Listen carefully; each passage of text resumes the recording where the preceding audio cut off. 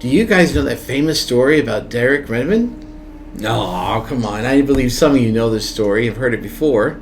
At the 1992 Olympics, British sprinter Derek Redmond was having the race of his life. I mean, this literally. This wasn't just another competition for him.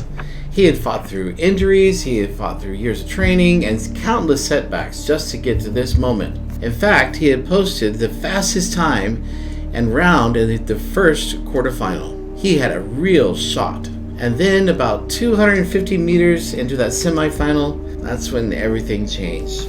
His right hamstring tore. Not just a small pull, the full tear.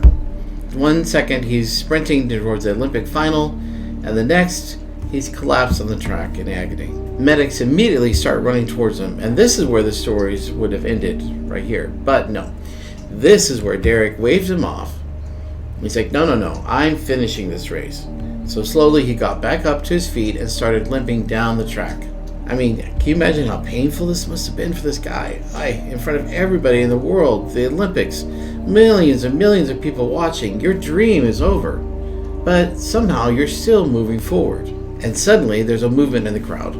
A man pushed past security, ignoring everyone trying to stop him, and ran straight out into the track. It was Derek's father, Jim Redmond. He reached his son, his arm wrapped around him, and told him, "Let's finish this together." And honestly, if you don't get emotional at this point, you have a heart made of stone, and I feel sorry for you. So the entire stadium rose up to its feet, all 65,000 people cheering. Not for the winner. In fact, I don't even remember who the winner was. But the father who refused to let his son face his worst moment alone. So step by step, they moved towards the finish line together. And then just before they reached the end, Jim let go, because this was still Derek's race to finish.